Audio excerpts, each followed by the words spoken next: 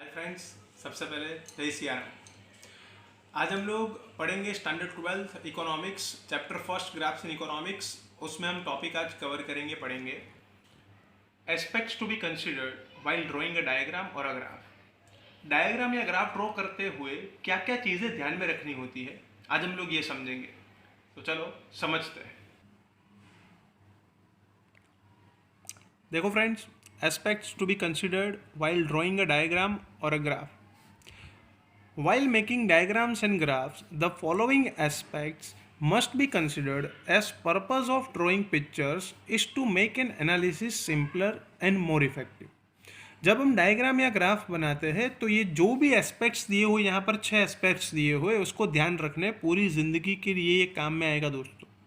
जब भी डायग्राम या ग्राफ बनाओ आप, तो ये चीज़ें, ये बेसिक है कि ये सब चीज़ें ध्यान में रखनी पड़ती है। जैसा पहला है choice of type of diagram और ग्राफ एंड देयर प्रेजेंटेशन। आपको डायग्राम या ग्राफ बनाने के लिए डेटा टेबल दिया होगा, लेकिन डेटा टेबल के ऊपर से आपको समझ में आना चाहिए कि यहाँ पर कौन सा डायग्राम बनाना है। जैसे कि इस चैप्टर में आपको डायग्राम ही बनाने हैं, तो there are 5 types of diagram in this chapter we have to learn.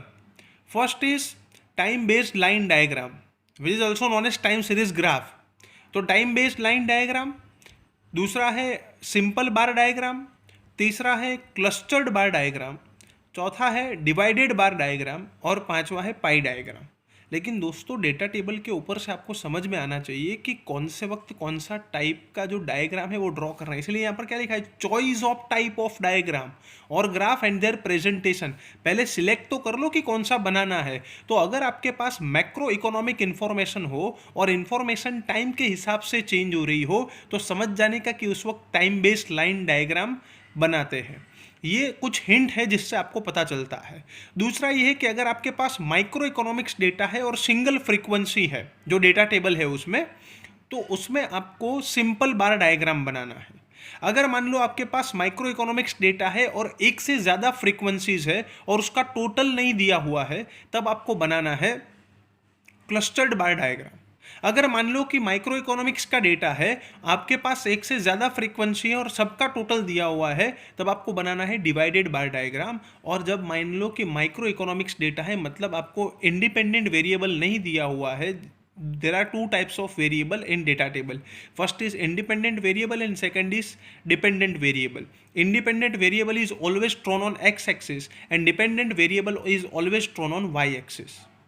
तो इंडिपेंडेंट जो वेरिएबल्स होते हैं वो कौन से होते हैं डेटा टेबल में? जो टाइम होता है, ईयर होता है, मंथ होता है, ये इसलिए इंडिपेंडेंट नहीं कि ये हमारे किसी के कंट्रोल में नहीं है, तो ये इंडिपेंडेंट वेरिएबल होते हैं। तो दोस्तों एक चीज़ याद रखना, डेटा टेबल में जब भी ये इंडिपेंडेंट वेरिएबल आपके पास होंगे वो एक्स एक्सिस पे आएंगे और डिपेंडेंट वेरिएबल होंगे वो वाई एक्सिस पे आएंगे, और आपको लिखना पड़ेगा एक्स एक्सिस के ऊपर आपने क्या लिया है और वाई एक्सिस के ऊपर आपने क्या लिया है। पर पाई डायग्राम एक ऐसा डायग्राम है जिसमें इंडिपेंडेंट वेरिएबल कई बार नहीं दिया होता है, और दूसरा इसकी जो फ्रीक्वेंसी होती है उसका टोटल 100 या 1000 होता है। तो पाई डायग्राम की ये दो हिंट है। तो दोस्तों मैंने यहाँ पर शॉर्ट में आपको ये समझाया कब कौन सा डायग्राम या ग्राफ ड्रॉ करना है आपको पता होना चाहिए, तो ही वो इफेक्टिव होगा। दूसरी बात, कुछ डेटा ऐसा होता है जिसके लिए एक से ज़्यादा डायग्राम बना सकते हैं। जैसे कि कुछ डेटा ऐसा है जिसके लिए आप 12 डायग्राम भी बना सकते हो और पाई डायग्राम भी बना सकते हो, यहाँ पर लिखा हुआ है। तो दोस्तों यहाँ पर मैं पहला पॉइंट पढ़ रहा हूँ, the right type of diagram और graph must be chosen to make a picture more effective. मैंने आपको बोला, जो भी मैंने आपको ये हिंट दिए, डेटा टेबल देखकर आपको ये पता चल जाना चाहिए कि सही डायग्राम और सही ग्राफ सिलेक्ट करना है जिससे पिक्चर ज़्यादा इफेक्टिव हो। Certain data can be presented in a bar diagram as well as in a pie diagram. कुछ डेटा बार डायग्राम में भी आ सकता है और पाई डायग्राम में भी आ सकता है। ये हमें सिलेक्ट करना है कि हम कौन सा डायग्राम ड्रॉ करके आसानी से समझा सकते हैं। The user must make the right choice to make the picture more effective. हमें हमेशा राइट चॉइस करनी है पिक्चर को इफेक्टिव करने के लिए, इफेक्टिवली बताने के लिए। सेकेंड टॉपिक है दोस्तों क्लैरिटी। जब भी हम डायग्राम या ग्राफ ड्रॉ करें तो एक चीज़ याद रखना, क्लैरिटी एकदम स्वच्छ होना चाहिए, एकदम स्पष्ट तरीके से सामने वाले को दिखना चाहिए। ऐसा नहीं हो कि हम लोग डायग्राम या ग्राफ ड्रॉ कर रहे हैं, फिर रफ कर रहे हैं, फिर वापस ड्रॉ कर रहे हैं। इससे क्या होगा दोस्तों, जो आपने ड्रॉ किया है वो तो कम दिखाई देगा, लेकिन जो ड्रॉ नहीं किया है ना वो ज़्यादा दिखाई देगा। तो एक चीज़ हमेशा याद रखना, clarity. A picture must look neat and clear, एकदम स्वच्छ दिखना चाहिए picture. Different colors or shades may be used to denote the various components of a picture.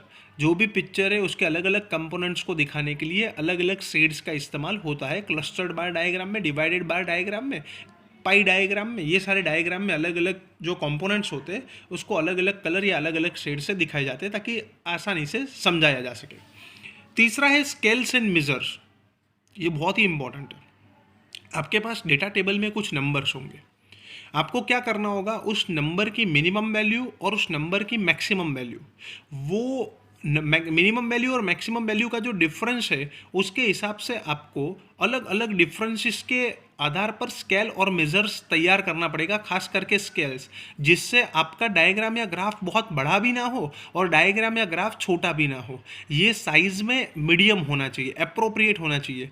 दोस्तों याद रखना, diagram and graph neither should be too big nor to be too small. ये बहुत बड़े भी नहीं होने चाहिए और बहुत छोटे भी नहीं होने चाहिए। आपको अपनी बुद्धि के हिसाब से लॉजिक के हिसाब से आपको डिफरेंस तय करना है।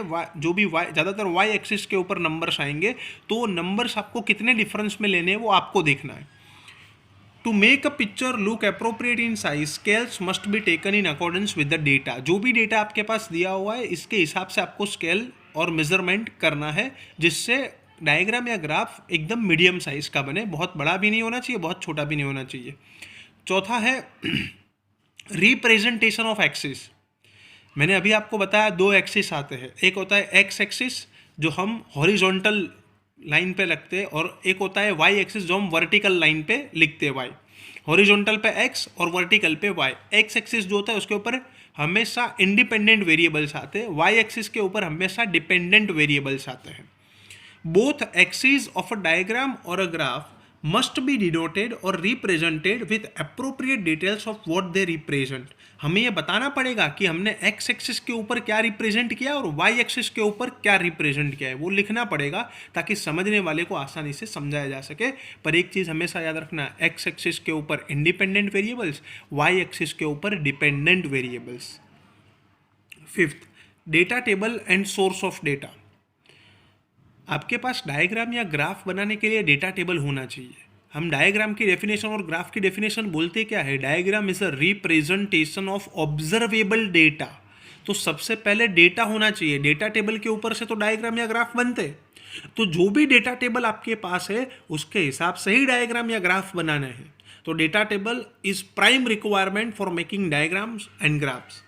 Diagrams and graphs must be accompanied by the data table from which they are created। Diagram और ग्राफ हमेशा डेटा टेबल के हिसाब से ही बनाने चाहिए और डेटा टेबल उसके लिए होना ही चाहिए, तो ही हम बना पाएंगे।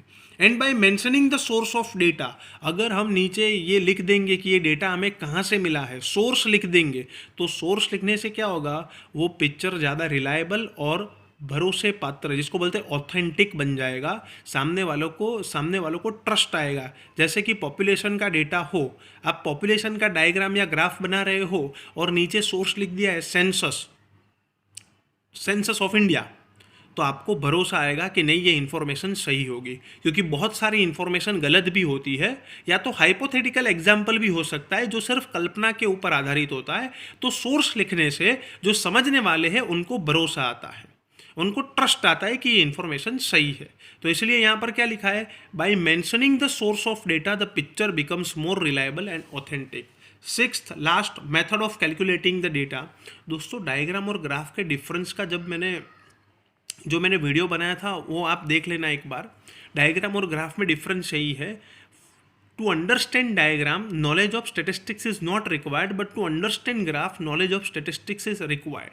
कई बार ऐसा होगा, इस चैप्टर में आपको ग्राफ नहीं ड्रॉ करने हैं, लेकिन कई बार ऐसा होगा कि जब आपको ग्राफ ड्रॉ करने हो, जैसे स्टेटिस्टिक्स सब्जेक्ट है जिसमें आपको ग्राफ ड्रॉ करना है, तो वहाँ पर डेटा एकदम आसान नहीं दिया होगा। वहाँ पर तो आपको फॉर्मूला अप्लाई करना पड़ेगा और डेटा ढूंढना पड़ेगा, डेटा टेबल बनाना पड़ेगा और उसके बाद आपको फिर ग्राफ ड्रॉ करना है। लेकिन मुझे एक बात बताओ, जिसको बोलते हैं हम जो बोलते हैं स्टैटिस्टिकल इंफॉर्मेशन से पहले डेटा टेबल बनाना पड़ता है। जो सेल्फ एक्सप्लेनेटरी डेटा नहीं होता है, हमें डेटा ढूंढना पड़ता है और फिर ग्राफ बनाना पड़ता है। तो जो हमारे पास सेल्फ एक्सप्लेनेटरी डेटा नहीं है, जब हम उसमें से डेटा फाइंड कर रहे हैं, डेटा टेबल बना रहे हैं, तो हमें जो फॉर्मूला जो हमने अप्लाई किया है ना, वो फॉर्मूला भी हमें ग्राफ के पीछे लिखकर बताना पड़ेगा, ताकि जो ग्राफ समझ रहा है उसको समझ में आए कि ये डेटा कहाँ से आया है। ये कब की बात है? जब हम ग्राफ ड्रॉ कर रहे हैं, क्योंकि डायग्राम में तो ऐसा कोई हमें फॉर्मूला अप्लाई करना होता नहीं है, वो तो सेल्फ एक्सप्लेनेटरी डेटा होता है, डेटा टेबल आपको दिया होता है, उसमें से आपको सिंपली डायग्राम बनाना होता है। When the picture is not drawn from self-explanatory data, देखो सेल्फ एक्सप्लेनेटरी डेटा नहीं है यहाँ पर, but is drawn from data simplified with statistical formula. कैसे मिला है आपको डेटा? स्टैटिस्टिकल फॉर्मूला से फाइंड करके मिला है। It is appropriate to state the statistical method briefly. आपको स्टैटिस्टिकल मेथड, पूरी फॉर्मूला पूरा बताना पड़ेगा। तो दोस्तों ये थे 6 इंपॉर्टेंट एस्पेक्ट्स डायग्राम या ग्राफ। बोर्ड के लिए बहुत मोस्ट आईएमपी है। इसी साल बोर्ड में ये 5 मार्क में पूछा गया सवाल था, और ये हर साल के लिए मोस्ट आईएमपी क्वेश्चन है, और आपकी ज़िंदगी के लिए, लाइफ टाइम नॉलेज के लिए कि डायग्राम या ग्राफ बनाते हुए क्या ध्यान में रखना है, इसके लिए बहुत ही इंपॉर्टेंट है। तो आपको ये समझ में आएगा कि ये 6 चीज़ें ध्यान रखकर फिर डायग्राम या ग्राफ बनाते हैं। फर्स्ट है choice of type of diagram और graph and their presentation. Second clarity. Third scales and measures. Fourth representation of axis. Fifth data table and source of data. And sixth method of calculating the data. I hope आप सबको ये topic समझ में आया होगा। अगर किसी को भी कोई डाउट है तो कमेंट बॉक्स में आप कमेंट कर सकते हैं नीचे, मैं डाउट का आंसर दे दूंगा। हम लोग नेक्स्ट टॉपिक में मिलेंगे, use of technology in study of economics. तब तक के लिए